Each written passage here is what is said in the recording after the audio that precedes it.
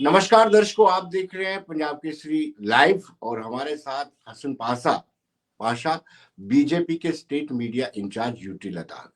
पाशा साहब, आपका स्वागत है। और बड़ी बात यह है कि कारगिल में धन्यवाद। अभी भी मोबाइल कनेक्टिविटी की कहीं ना कहीं कमी है। और कल ही मैं पढ़ रहा था, आपका ही ट्वीट पढ़ रहा था, आपने लिखा है कि एक गांव काक्सर गांव है, वहां पर मोबाइल टावर लगा और आपने मुबारकबाद दी है। अभी भी इतना पिछड़ा हुआ एरिया आपका?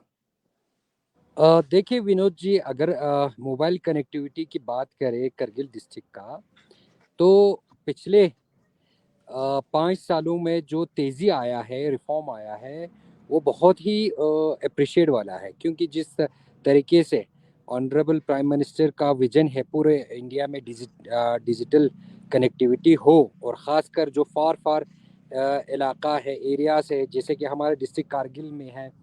और ख़ासकर अभी आपको पता है, जब से नरेंद्र मोदी जी का हुकूमत मरकज़ में आया, तब से हमारे जो ज़ांस्कर सब डिवीज़न है, उसमें पिछले 60 साल से वहाँ कोई कनेक्टिविटी नहीं था।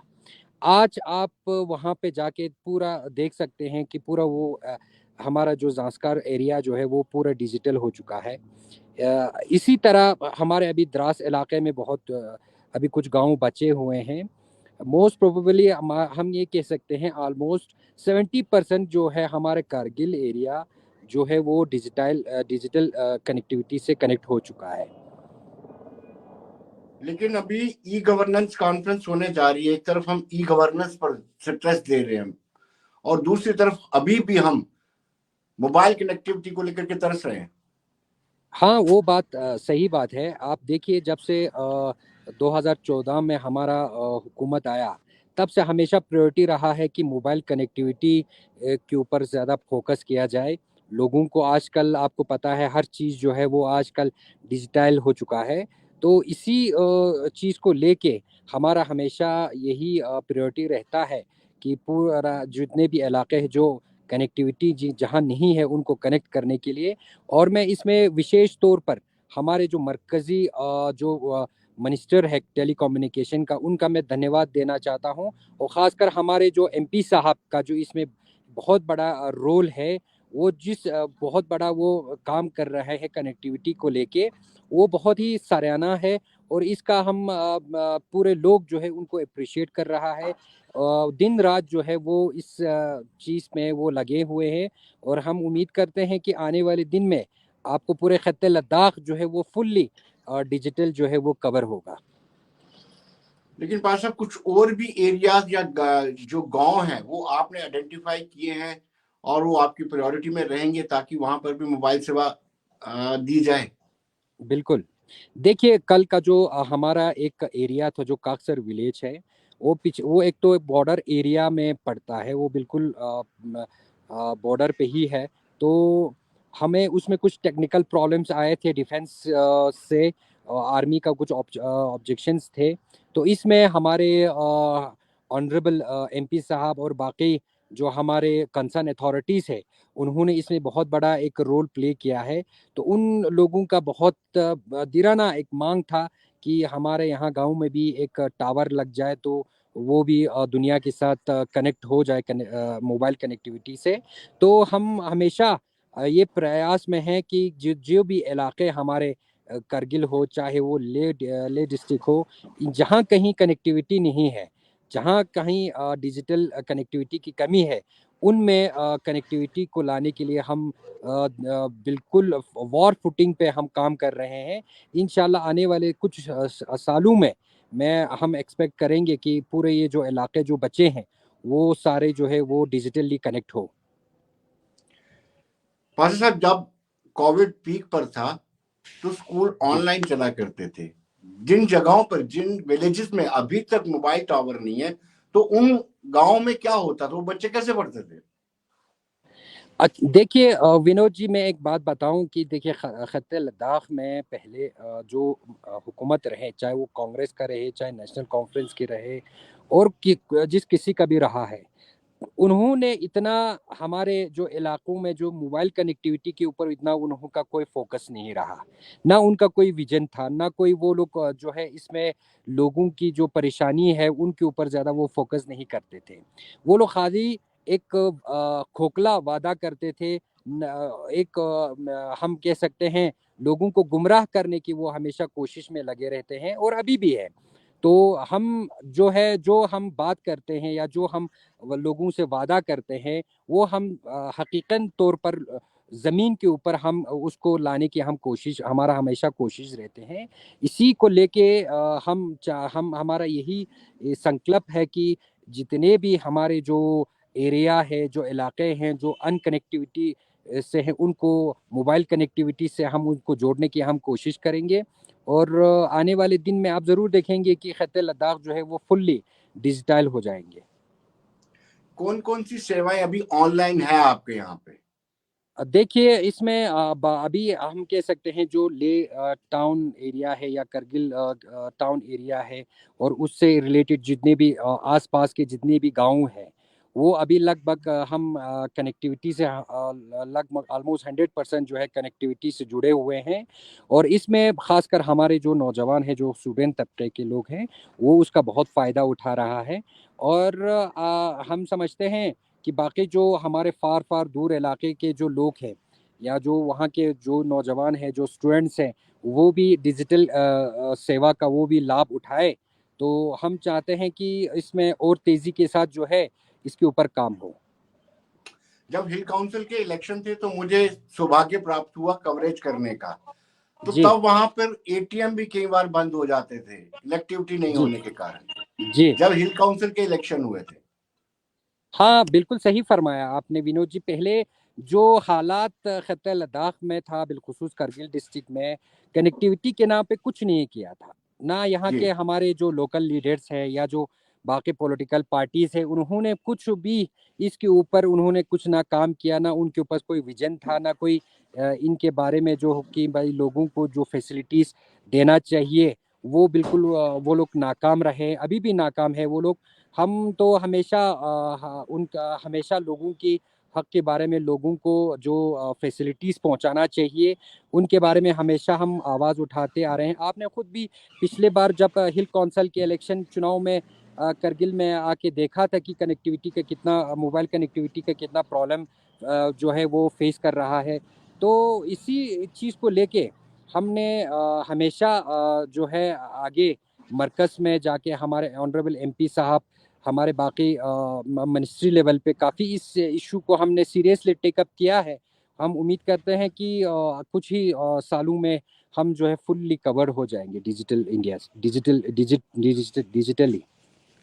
कनेक्टिविटी अगर दूसरी बात करें तो जोजिला टनल की क्या पोजीशन है इस वक्त पास? देखिए जोजिला टनल का जो अभी हम आपको बात करें, अभी जो पोजीशन वहाँ पे जो है, अभी हम ये कह सकते हैं ऑलमोस्ट 4 किलोमीटर तक उसके ऊपर जो है वो काम हुआ है टनल के अंदर। हम एक्सपेक्ट करेंगे 2025-26 में जो है ये फुल्ली जो है वो कनेक्ट हो दोनों जगह से। और अभी -25-30 डिग्री में भी इस वक्त वहाँ अभी काम वार फुटिंग के ऊपर काम कर रहे हैं। हम धन्यवाद करते हैं जो भी एजेंसी उसमें लगे हैं, हमारे जो मेगा इंफ्रास्ट्रक्चर के जो मेंबर्स हैं या वहाँ के जो कंसर्न अथॉरिटीज़ है, वो लोग को बहुत ही तेज़ी के साथ जोजिला टनल के ऊपर काम कर रहे हैं। इंशाल्लाह हमें उम्मीद है कि आने वाले दिन में ये जो हमें जो एक 6 महीने का जो प्रिजन ख़त्ते लद्दाख जो है वो रहता है, उससे हमें निजात मिलेंगे। जी। जी पास्टर साहब, इतना निगलेक्ट क्यों किया गया, और क्या अब आपको लगता है कि यूटी बना है 5 अगस्त 2019 के बाद अब थोड़ा बदलाव आया है देखिए कनेक्टिंग यूटी के? बनने के बाद देखिए एक बार आपने बिल्कुल सही सवाल पूछा विनोद जी। जी। हमें चाहे जो भी मरकज़ में हुकूमत रहा, चाहे वो कांग्रेस पार्टी का हो या स्टेट में जब हम जम्मू कश्मीर के साथ थे, तो वहाँ के जो लोकल पार्टीज़ थे, चाहे नेशनल कॉन्फ्रेंस की बात हो, इन्होंने कभी ख़त्ते लद्दाख को जो है, जो उनका हक है, वो कभी इन्होंने सीरियसली नहीं लिया। ना ये लोग हमारे लोगों की एस्पिरेशन के ऊपर उतरते थे। आज आप खुद देख सकते हैं, मैं आपसे अभी बात कर रहा हूँ, आप खुद देख सकते हैं कि जो कनेक्टिविटी, जो डिजिटल रिवॉल्यूशन आया वो यूटी बनने के बाद आया। और ख़ासकर जो इंफ्रास्ट्रक्चर की आप बात करें, या रोड कनेक्टिविटी की बात करें, या बाकी स्कूल इंफ्रास्ट्रक्चर की आप बात करें, या हेल्थ सेक्टर की आप बात करें, हमारे अभी रिसेंटली यहाँ पे नया जो हॉस्पिटल जो हमारा हेल्थ सेक्टर में अभी हमारे यहाँ इनोग्रेट हुआ, ऑनरेबल एलजी साहब ने उसका इनोग्रेट किया। तो इस तरीके से बहुत बड़े बड़े इकदाम जो है अभी यूटी बनने के बाद खत्े लद्दाख में हो रहा है, और हम उम्मीद करते हैं इससे तेज़ी के साथ भी आगे जो है काम चलेगा।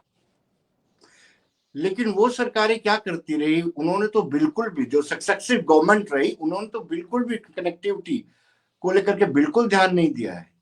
बिल्कुल बिल्कुल सही फरमाया आपने। देखिए, उनका तो हमेशा यही रहता है कि खाली कारगिल और ले जो एक वोट बैंक की तरह वो लोग हमेशा देखता है, उनको सिर्फ अपने पार्टी से उनको सिर्फ लगाव रहते हैं, लोगों की जो उम्मीदें होते हैं, लोगों की जो जज्बात होते हैं, उनके साथ उनका कोई ताल्लुक, उनके साथ वो कभी खरे नहीं उतर पाए। अभी भी लोगों को वो लोग गुमराह करने की कोशिश कर रहा है, अभी भी लोगों को वो लोग बेवकूफ़ बनाने में वो लोग लगे हुए हैं। अब हम ये आपके मीडिया के माध्यम से हम ज़रूर ये बोलना चाहते हैं कि अब जो है लोग जो है जागरूक हो चुका है, अब लोग जी। जो है समझदार हो चुका है। अब लोगों को पता है कौन सा पार्टी जो है वो वाकई हकीकत तौर पे जो ग्राउंड लेवल पे काम करते हैं, और कौन सा पार्टी जो है वो खाली जुमलाबाजी करते हैं या खाली लोगों को बेवकूफ़ बनाने की काम करते हैं, उनको अपना एक वोट बैंक के लिए इस्तेमाल करते हैं। ये जो है आज आम लोग जो है, चाहे वो करगिल के आवाम हो, चाहे वो लेह की आवाम हो, उन्होंने बखूबी इन चीज़ों को उन्होंने देख लिया है। लेकिन पाशा, अभी रिसेंटली जब प्रोटेस्ट हुआ था स्टेटहुड की डिमांड को लेकर के, सिक्स शेड्यूल की डिमांड को लेकर के, तब तो काफी लोग इकट्ठे हुए थे, हजारों की देखिए तादाद में। देखिए देखिए एक मैं विनोद जी, मैंने आपके मीडिया पे पहले भी हमने बताया है, खत्े लद्दाख के जो यूटी बनने के बाद लोगों में एक खदशात पैदा हुआ कि हमारा लैंड का क्या होगा, हमारे जो यहाँ के जो कल्चर का क्या होगा, हमारे जो बाकी हमारे जो यहाँ पे आप कह सकते हैं इन्वायरमेंट का प्रोटेक्शन के लिए क्या होगा, यहाँ की जॉब का प्रोटेक्शन के लिए क्या होगा। मैं आपको ये बताते चलूँ, अभी हमारे रिसेंट लिए हमारे एलएसडीसी लेह के चेयरमैन श्री टशी गेल्सन जी ने एक रिजोल्यूशन या अपने काउंसिल में पास किया है। वो उसमें साफ हमने ये लिखा है कि चाहे वो लैंड प्रोटेक्शन की बात हो, चाहे वो आपकी जॉब प्रोटेक्शन की बात हो, चाहे वो आपकी ट्रांसपोर्ट, चाहे आपको बिजनेस की प्रोटेक्शन हो, चाहे उसकी आपकी कल्चर की प्रोटेक्शन हो, वो सारा जो हम जो है देने जा रहा है हमारे मरकजी हुकूमत के साथ। तो इसमें हम समझते हैं कि जो बाकी जो लोग हैं, खासकर इसमें जो कांग्रेस पार्टी जो इसमें बड़ा एक रोल प्ले कर रहा है एपेक्स बॉडी और केडीए के फॉर्म में। देखिए, हम उनको जो हम साफ बताते चलेंगे कि लोग उनके साथ अभी नहीं है, हम ये आपको क्लियर करना चाहते हैं, क्योंकि उनके पास कोई विजन नहीं है, ना वो लोग कभी किसी एक मुद्दे पे हमेशा स्टैंड रहते हैं।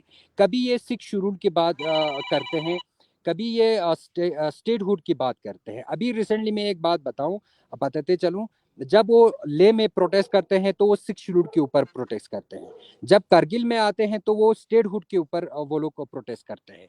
अब देखिए, दो दो एजेंडे लेके ये लोग दोनों डिस्ट्रिक्ट के आवाम को बहलाने भुसलाने में लगे हुए हैं, उनको बेवकूफ़ बनाने में है। हमने साफ कहा है कि जो भी प्रोटेक्शन देना है, या जो भी लोगों को अभी या चाहे सिक्स शेड्यूल देना हो, या स्टेटहुड देना हो, या बाकी और जो भी हमारे कॉन्स्टिट्यूशनल हमें सेफगार्ड चाहिए, वो सिर्फ भारतीय जनता पार्टी की नरेंद्र मोदी जी की हुकूमत दे सकता है। तो इसके लिए हम अपनी तरफ से प्रयास कर रहे हैं, और उम्मीद है हम जल्द अज जल्द जो है जो रिजोल्यूशन हमने लाया है एलएसडीसी काउंसिल ले के अंदर, उसी रिजोल्यूशन को हम पास करवाएंगे honourable home minister Amit Shah ji की लीडरशिप में। पास्टर साहब, अब लाइट लाइट सवाल लेते हैं मौसम के बारे में जानकारी। -21 या 25 डिग्री टेम्परेचर चल रहा है, तो यहाँ पर दिनचर्या क्या रहती है लोगों की? ब्रेकफास्ट कैसे करते हैं? पानी कहाँ से आता है? ये दुनिया के लोग जानना चाहते हैं, हमारे देश के लोग जानना चाहते हैं। जी बिल्कुल। देखिए हमारे आजकल जो -15-20 डिग्री यहाँ, चाहे वो कारगिल हो, लेह हो, यहाँ अभी चल रहा है। अभी तो मौसम जो है वो बिल्कुल खुशगुजार है। इतना यहाँ बर्फबारी तो हमें अभी आजकल देखने को नहीं मिला। लेकिन अभी सिर्फ शाम और सुबह और शाम को जो है ठंड बहुत यहाँ हो रहा है। हम उम्मीद करते हैं कि थोड़ा सा बर्फबारी यहाँ होना चाहिए, क्योंकि यहाँ के पूरे जो हमारे इन्वायरमेंट है, या हमारे पूरे यहाँ के जो किसान है, वो पूरा बर्फबारी के ऊपर हमारे हमारे हमारे हमारे हमें वो लोग डिपेंड रहते हैं। तो हम एक्सपेक्ट करेंगे कि आने वाले कुछ दिनों में हमें बर्फबारी भी देखना पड़े। और यहाँ पे जो है लोगों का दिनचर्या जो है वो सुबह आजकल 9-10 बजे यहाँ पे हो जाते हैं। जी जी, जब स्नोफॉल हो जाता है, बड़ी ज्यादा बर्फ पड़ जाती है, तो लोग फिर घरों में ही रहते हैं, बाहर नहीं निकल पाते होंगे। नहीं नहीं, घरों में वो लोग अपने जो आम रोजमर्रा की जो जिंदगी है उसको वो उसके लिए वो लोग बाहर निकलते हैं। अपने काम जो है, जिसका बिजनेस का हो, वो लोग अपनी तिजारत के लिए वो बाजार में आते हैं। जो गवर्नमेंट एम्प्लॉयज़ है वो लोग अपने ड्यूटीज़ के लिए जाते हैं। और इसमें आजकल मैं ये कह सकता हूँ, पहले की तरह जो हम एक जो सर्दी होता था ना, जिसमें बिजली की बहुत कमी रहती थी, पानी की बहुत दिक्कत रहती थी। अभी आपको मैं बताते चलूँ, जब से यूटी बना, फिर इसके बाद जो हमारे यहाँ पे जो नेशनल ग्रिड से हम जुड़े, उसके बाद आपको देखने को मिलेगा यहाँ 24 घंटा जो है इलेक्ट्रिसिटी -25 डिग्री 30 डिग्री में भी, चाहे वो लेह डिस्ट्रिक्ट हो, कारगिल डिस्ट्रिक्ट में, हर इलाके में अवेलेबिलिटी है। और फार फार इलाके में हमारे वहाँ पे पानी और बिजली की कोई कमी नहीं है। जी, बहुत बहुत शुक्रिया आपका, थैंक यू वेरी मच। बहुत बहुत धन्यवाद। बहुत